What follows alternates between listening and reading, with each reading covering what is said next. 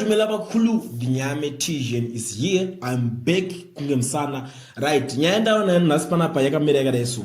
Vakomana ve Citizen Coalition for Change kana kuti vanga vambore Citizen Coalition for Change vanotwa Amos Chibaya na Gift Ziziba Ostalos. Pane mashoko vakataura vari pa court vachitaura kuti kana isusu tichinge tazo vakundikana kubuditsa ana Jameson Timber tichazosara tisina option para kuti protest.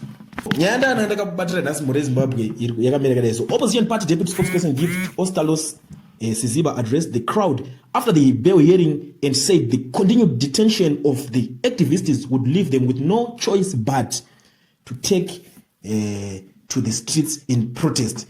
Saka nyaya iyoyo vapedza kudaro vakomana ava pana anoitwa Kazembe akati tazvinzwa zvamuri kutaura izvozvo Minister of Home Affairs asi takatokumirirai iko zvino zvikuti mungoita any funny trick law enforcement inenge yakatokumirirai tiri ready kudhila nemi kureva kuti yango threat after threat hapana ataita mumwe chinhu kune mumwe asi kungoonesana kuti mukada kungotry kupinda streets tikukurovai ndo chokwadi chiripo kana kuti tiri kuzokusungai kusazozivo kuti Minister of Home Affairs ari kuipinda pa because iri nyaya yekuti inofanira kunge ichipindurwa na Minister of Police yanofanira kunge achitaura kuti right inini nepolisi yangu vakomana tiri kukubatai but tiri kutoona kuti maminister eZANU-PF vakutopindira nyaya idzodzo inyaya dzepolice versus Triple C kana Triple C ichinge yachikora mutemo but chiri kuitika chekuti vakutotanga vakushandisa police sema weapon because ivo ndo vane power to command kuti itai vanhu zvakati ndo zvandiri kuona kunge zviri kuitika